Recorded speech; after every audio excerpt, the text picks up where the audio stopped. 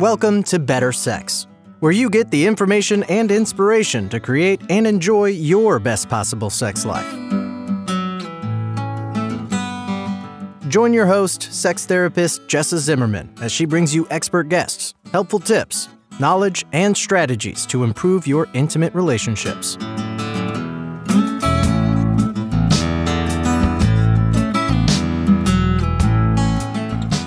And now, your host, Jessa Zimmerman.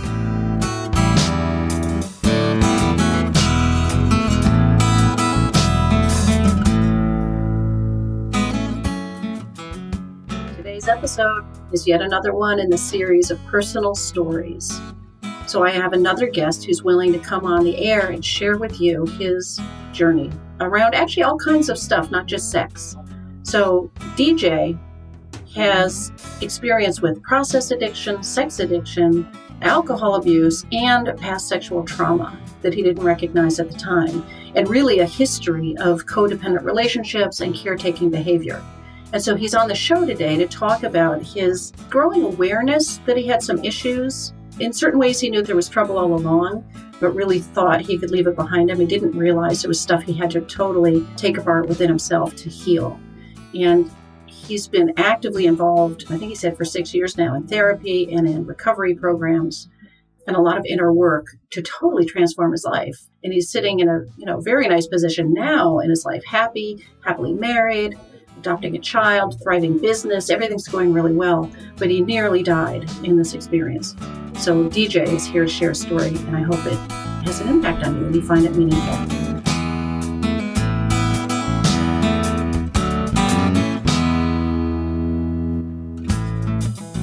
So DJ, thank you so much for being with me today.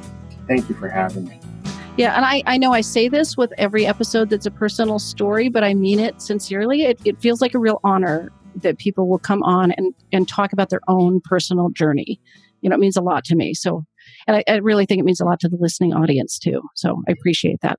Well, you're welcome. I hope that my story can help others. I hope so too. So where does your story start?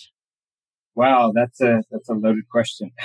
Okay, where would you like to start with your story?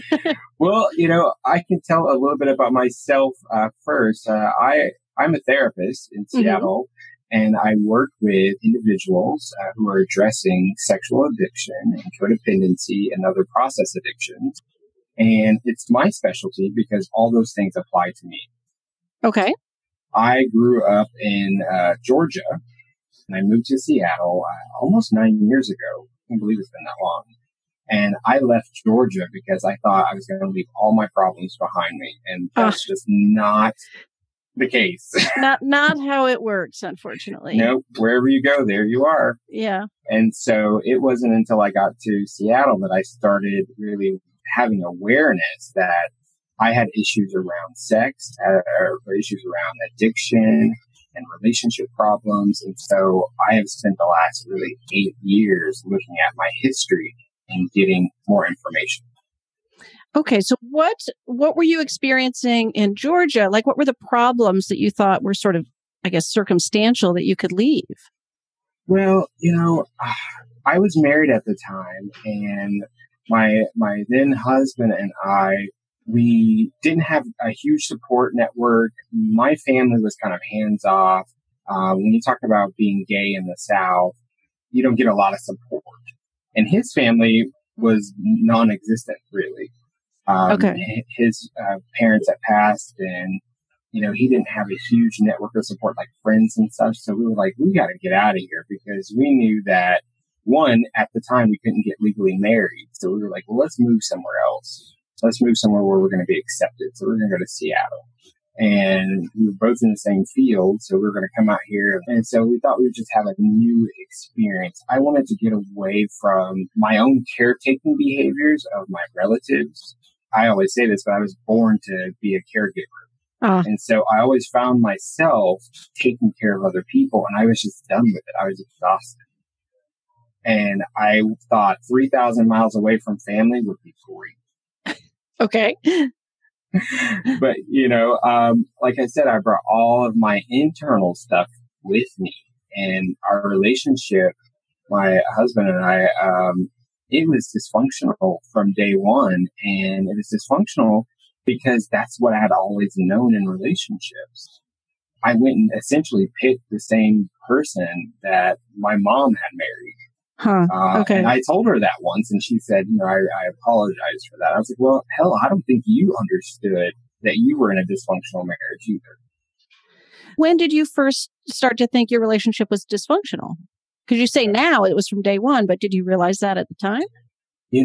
At the time, when I saw something was dysfunctional, it meant that I had to fix it. So that was my MO. Like, I have to fix it. So I saw it was dysfunctional from day one. Okay. Day one. And I was like, oh, I got this. I know how to handle this. And I started essentially cleaning house. And I look back now and I'm like, oh my God, I was like running this man's life and he just kind of let me because I think he needed some direction, some guidance. He was newly out. He was an older gentleman. And so he was kind of just finding himself. But while he was finding himself, I was wanting more of a commitment and things that maybe weren't on his radar. And so there's a lot of tension early on. And I was essentially like, look, this is what I want. I want to get married. I want to have family. I want to have kids. Are you on board? And he said yes. But the truth was he wasn't ready. He wasn't available for it. Okay. So what other kinds of, problems or concerns did you have back there, even if you weren't aware of them as problems at the time? Oh, lots of arguing, poor boundaries. He was into porn. And, it was so aggravating to me because we would be sitting on the couch and he would be like looking at porn. I'm like, what are you doing? This doesn't work for me. Like right while you're sitting next to him on the couch? Yeah, absolutely. Like somebody reads an article on their iPad. He's just watching porn right there with you? He's watching he's actually like looking at pictures and saving them. And he had a hard drive full of porn. And he, you're probably not going to believe this, but he printed out some of the pictures. And I came home from work one day and they were in frames. Wow. And I was like, where am I? This is like, I felt like I was in the Twilight Zone. I was like, who does this? Yeah. But for someone who is newly out, had been in a closeted relationship and a marriage, he was expressing himself in the way that he thought best. It just didn't work for me. And instead of me saying, this doesn't work for me, I'm out, I was like, this doesn't work for me, let me change you. And that's where all my codependency stuff was at work. But that's what I had always known. It's like, you got to fix people. Yeah. I see a lot of couples in my practice, of course, right? And sometimes somebody's looking at porn or doing that kind of thing, like instead of having sex with their partner, Sometimes it's just sort of extra, but was this having an impact on your own sex life together? Well, not so much. Okay. I think that the problem was that it was just affecting my insecurities and my self-esteem. And so I really wasn't wanting to be available for sex. I'm like, well, you got all the sex you need on that hard drive. Okay? Yeah. And I was jealous and I didn't want him to see friends because I was fearful that those people he was going out and hanging out with, he would also be having sex with. And that was just my fear. I remember he had a friend who was a porn star, a gay porn star. And he had this man's picture in a frame hanging over the bed. And I said, that's not going to work for me. Yeah.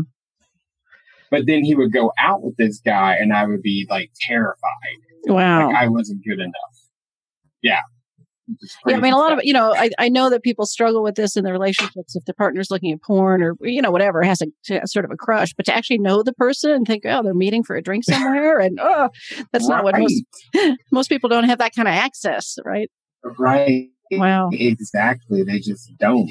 And so before we moved to Seattle, I found myself drowning my sorrows in alcohol and porn myself. It was like when he was off at work, I'd be at home looking at pornography, and he worked as a fireman paramedic. And so he'd be gone for 24 hours plus. And so that's what I would do with my time because I just felt like crap.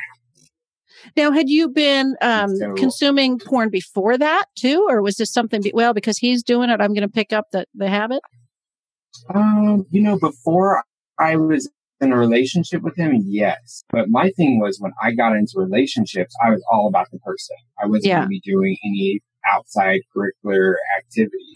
But when he was like gone, he was distant and, he was already doing it. So I was like, well, this is what I should do. And he had no idea. All right. So this is all some of the stuff you're leaving behind, you think, when you're leaving Georgia. Right. I thought I was leaving it behind. But let me tell you, we got to Seattle and we split up 2 weeks later.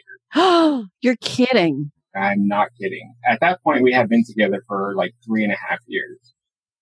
We had just moved to Seattle. We had no jobs and we split up. And so there I was, still living with my ex in a 1-bedroom apartment in Seattle with no job. And I was like, what am I going to do with myself? And I worked really hard to find a different scenario, right? I finally got a job. I had some money. So I moved out. But then I found myself in a new relationship doing the exact same thing. Did you recognize that right away? No, I thought it was completely different. Sorry to laugh. It's funny. And now I look back at it. Well, it's just because it's also common, right? We think, this is totally different. And then we recreate the same patterns because it's in us. We're making it happen. And that's what I try to tell people. It's like, it's within you, right? Yeah. I hear people say, oh, you're codependent with that person. I said, nope, you're just a person who's codependent. You take it wherever you go. Yeah. And that's what I did. In fact, I thought this new person was a savior, right? He said to me, I believe in you. I want to help you be successful. And these are the things that I can do for you. And I said, oh my word, somebody's taking care of me finally. So I thought it was a different scenario, but it wasn't. Did you end the relationship? Or did he, newly in Seattle? Like, how did Oh, I ended it on my birthday. Oh. I was like, I'm not going into another year in a relationship with you. I can't do it anymore. We were arguing about everything. Yeah. My favorite music would come on the in the car. My favorite artist or somebody would come on the iPod and it'd be on shuffle, and he would think I did it intentionally, and we'd be arguing about it. I'm like, how in the hell did I do this? It's on shuffle and blah, blah, blah. And it was just explosive. Wow. And I was just like, I can't be with you anymore. And so, at that moment, we ended the relationship, and then I gradually moved out after I got a job. And like I said, I just picked up with the next person who said, I want to be in a relationship. Of course, before that, there was some, I say now inappropriate, but some sexual relationships with people who were not great for me. Okay. And that's not, I didn't feel comfortable doing that. So for me, I always wanted to be in a relationship, not just hooking up. And so I finished up that hooking up phase and got immediately into another relationship. So, you and I think, differ on the use of sex addiction as a term. But I think we agree on sort of the concept. But, speak to your experience, because you said you're working with sex addiction now because you've been through this. Where did that show up in your story? Oh, wow. So it mostly started to show up after I got married again. And my husband, I got married here in Seattle. And at that point, it was legal because Seattle had different laws on the books. And so we decided, we were curious about open relationships. I had never heard of such a thing back in Georgia, but here in Seattle, here is like the hot thing, right? It's the hot thing. And I was like, what is this about? I was like, I went into research mode. I was talking to people. I was reading books, and I was like, this is curious. I don't know if I could do this. And then one night after we got married, we just decided to try it. And it was like smoking heroin. Wow. I couldn't stop, didn't want to stop. Life completely took me. I'm completely taken off my course. Nothing was more important than getting that fix. Now, is this, maybe this doesn't even matter. I was going to ask, was this exploration the two of you were doing together, like that kind of open? Or was this like you guys are off having your own individual sexual experience? It started that way. And let me tell you, we had this document of rules and they changed daily. Looser and looser? Yes, absolutely. And it's so crazy now thinking about it because here I was helping other people in their relationships and mine was a hot mess. Yeah. And so those rules got looser and looser. And eventually, like, I would come home from work and he would have somebody at the house. Or I was at one of the sex clubs in Seattle by myself. And so he's enjoying this as well, right? This is becoming super important to both of you. Oh yeah, it was the most important thing in our relationship. Yeah, and it was detrimental. I mean, I look back now and I don't understand how it was I even had a career. How it was I even got up out of bed. I mean, there were times in the middle of the night I would leave my home, go have sex with people I didn't even know. Wow. I could have been killed. Yeah. I could have caught something. Talk about risky behavior. And it was really bad, Jessa. You and I met many years ago and I was just beside myself. And of course that wasn't evident to a lot of people. Because, Not at all. I grew up knowing how to look like I have my shit together.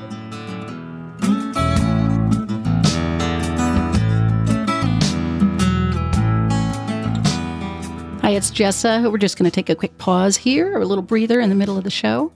Thanks for listening so far. I'm wondering if you have a question that you want me to answer on a future episode. You can actually record a question for me at our website, bettersexpodcast.com. You're going to find the recorder on the footer of every page and on the side of the episode posts. And if I choose your question, I'll play it on the air and answer it as part of the show. I'd love to hear from you.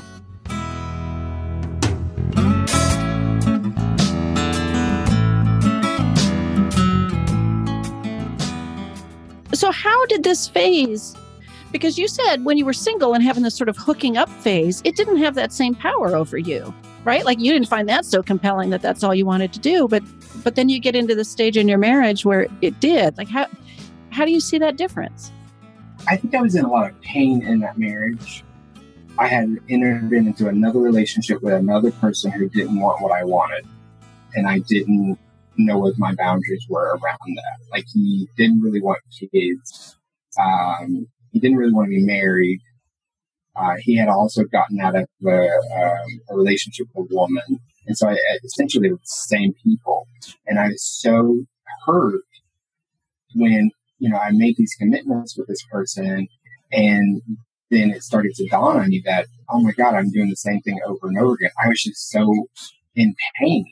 And there are other things, he was an alcoholic and he was verbally abusive, mentally abusive. Wow. And so I wanted to escape and then I would meet other people who would treat me better than I was being treated at home. And so I never wanted to go home. Yeah. And so I would look for my safety in other people's bed. And that felt better to me. And were you still drinking through this phase too? I was. I was never really that big of a drinker when I moved to Seattle. And now, a lot of my friends from Georgia, they're like, I didn't know you had a problem with alcohol. I was like, well, when I was in Georgia, I got drunk twice and that was it. Wow. But when I got to Seattle and I got into this second relationship, he drank every day. And I remember questioning him, like, is this okay? He's like, yeah, people can drink every day and it not be a problem. And I was like, really? Because I grew up in a home with an alcoholic, so I don't really know any different. Yeah. And then I remember he would make calls. He would send me messages. Hey, stop by Costco and get some wine. And I'd go to Costco and get a bottle. And he's like, how about you get a couple bottles next time to last a week? And then I would bring them home and they wouldn't last 2 days. Wow. And so he would be passed out drunk and I would just finish off the bottle, and then I started getting my own alcohol and drowning my sorrows. And then everything really fell apart when he was angry with me because I hooked up with someone before a party we were going to attend. And he got there before I did because I was busy. And when I got there, he had brought his own bottle of wine. He drank his whole bottle of wine and was at my friend's, a colleague's house, drunk. And I was like, you know what? I think we need to go because we had brought separate cars. And I said, but you can't drive home. So I went to take his keys from him and he grabbed me and put me in a headlock on the front lawn of my colleague's house. Yike. And it was just scary. And I took the keys, got him in the car, and, I'd say for about half an hour from that drive, from my friend's house to our house, he physically assaulted me. Wow. While I was driving, and I was paralyzed. I didn't know what to do. And then we got home and I got him in the house the next day. He didn't know what happened. And I was like, I got to get out of here or you're going to treatment.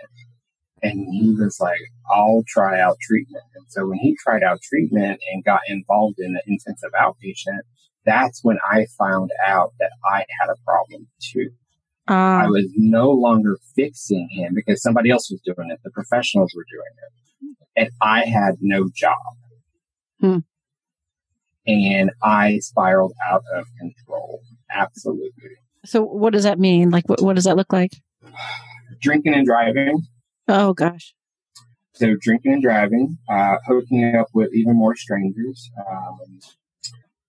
staying overnight with people because I couldn't drive home. Wow. Showing up to work late.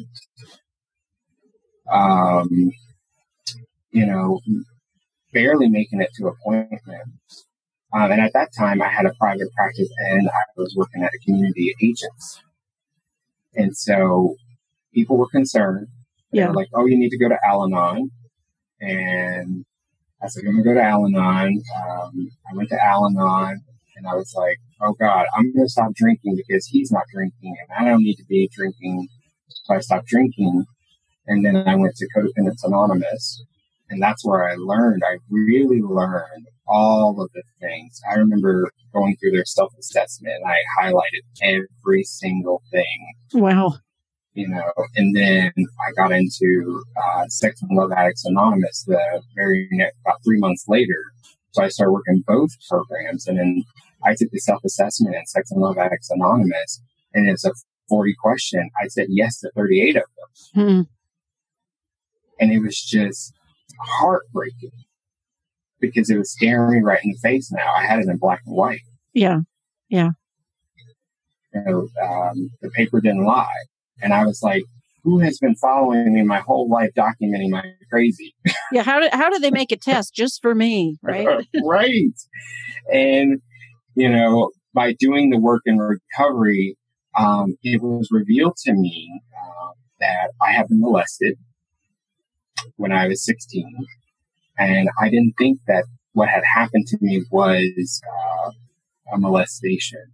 But it was sitting in the room of a recovery meeting that I realized that a 45-year-old doesn't have a relationship with a 16-year-old. Oh, wow. And it'd be appropriate. So you had not had that context before to understand. Not. Yeah.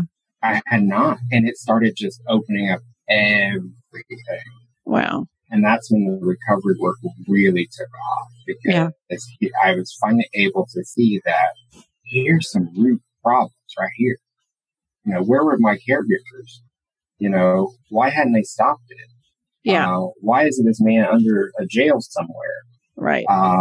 And so that I started cluing my family into everything, my recovery, the molestation, everything. And were they supportive because they were there, not seemingly protecting you? I mean, maybe they didn't know, but it was hard. Because my mom, she's like, I thought something had happened to you. And my therapist was like, she knew something had happened to you and did nothing. Right. It's so hard to see that too. But Right. It's so important to see it though. Mm-hmm. And so she was really distraught about it. She wanted to know what was going to happen to the man who had done this. My dad, it was his best friend. Oh, gosh. And I didn't grow up with my dad, but I knew this man my entire childhood. He had lived across the street from my great-grandmother. And so he approached me when I was 16 one summer and, groomed me for a sexual relationship. Yeah. And my great-grandmother at the time knew that something wasn't right, and she wanted me to stop talking to him, but I was adamant that I would not stop talking to him because he was an adult who was paying me attention. Right. I mean, stuff feels good, right? I mean, emotionally, physically, potentially, it just, yeah. And nothing had happened at that point when she had confronted me, but I wish more had been done. Yeah. And it sort of speaks to how far, I guess, our minds will go to make things okay, right? To not recognize sort of what's right in front of our face. It's a problem, but to sort of make it a normal, or this is fine. There's nothing to see here, you know? So imagine doing all of this and uncovering all of this trauma and working on the trauma. I mean, I was engaged in 2 different recovery programs, had a sponsor, went to therapy every week, sometimes twice a week. And my husband decided that recovery wasn't for him. He got done with the program and was done with recovery. I didn't know at the time, but he had started compulsively gambling, emptying out the retirement account. And he also had not, when I got into recovery, we stopped the open relationship, but he didn't really understand why it was I was so invested in this, recovery. And I was like, I almost died because I think there was a part of the story that I left out was that I started having unprotected sex because I just gave up. Oh, wow. That's what got me into seeing my current therapist that I've been seeing for the last 6 years. I just didn't care. I wanted to die. Wow. And so I told my husband, I was like, this is important to me. He was jealous of like my sponsor and my sponsees. It was crazy. So he continued to spiral out while I was getting well. And I started setting some really important boundaries and firm boundaries. And he was drinking and hiding it. He was gambling it away, his retirement, our retirement. And also having, still engaging in sexual relationships with others. Yeah. And I was getting well and he wasn't. And it just all exploded. Right. So obviously you've been in therapy, you've been in these recovery programs, you've been processing some of the stuff that happened to you a long time ago. Like anything else you want to add to how you have overcome these challenges? Absolutely.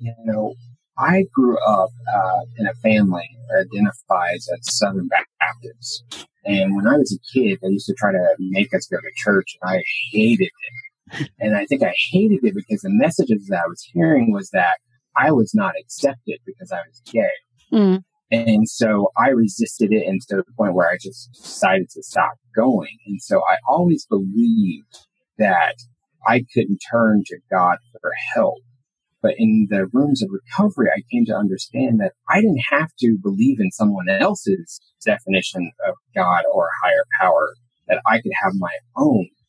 And so it opened me up to a new relationship with spirituality. And I really believe that my spiritual relationship with a higher power, and I do call that higher power God, saved me. And I got my shit together. I got into the rooms of recovery 6 years ago. I have not had a drink, and I have not acted out in compulsive sexual behavior since the day I walked in those rooms. Wow. And not only that, I happen to know that your story has a very happy ending. I mean, not that it's over, but does.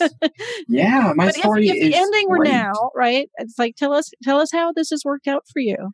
Well, I'm a best-selling author. I Just Wanted Love, Recovered a Codependent Sex and Love Addict.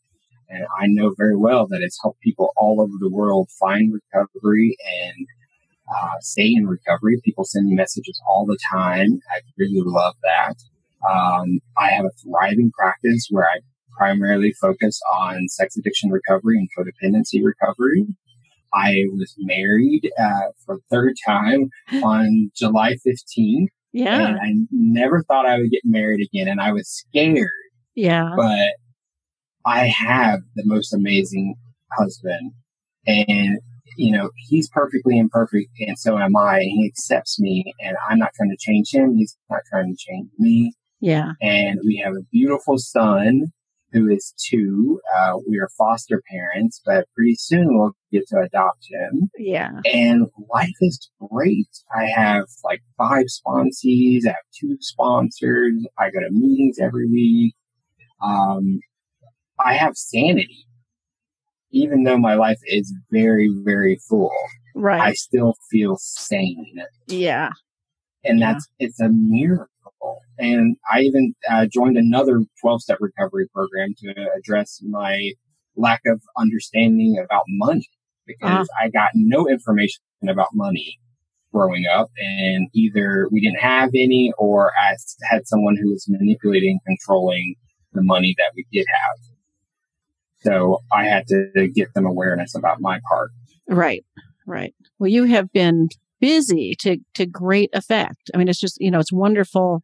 I mean, we did meet probably 6 years ago, 7 years ago. I'm not quite sure. You know, I'm not sure if you were in the midst of that or if you were just newly out, but certainly I knew, you know, we just met professionally. I had no inkling of any of this, but yeah. And so now everybody knows I'm in recovery. There's no secret. Even my personal Facebook, I talk about recovery because it's what saved my life. Yeah. And you want to get the word out for people, right? If people are private about this, then it doesn't reach the people that need to hear it.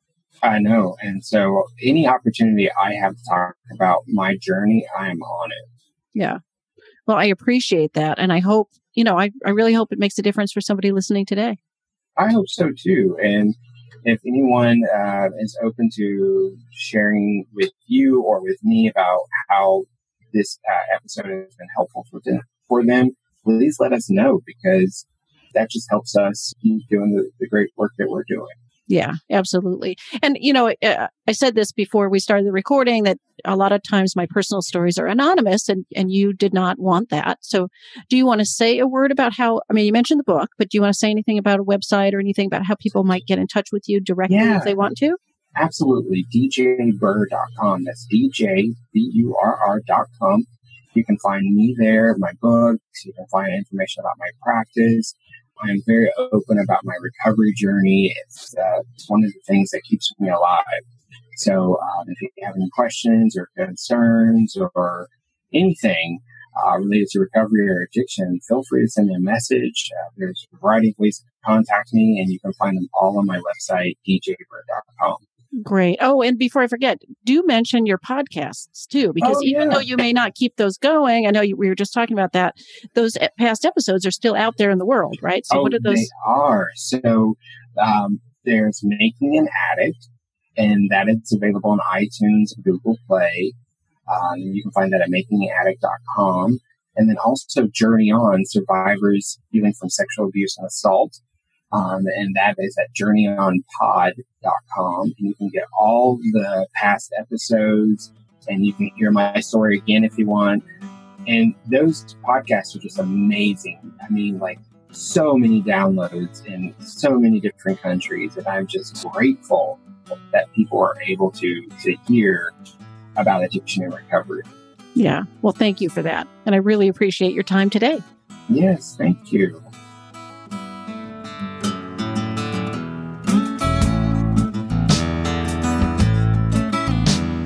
You've been listening to Better Sex. Please visit our website, bettersexpodcast.com, for show notes and additional episodes.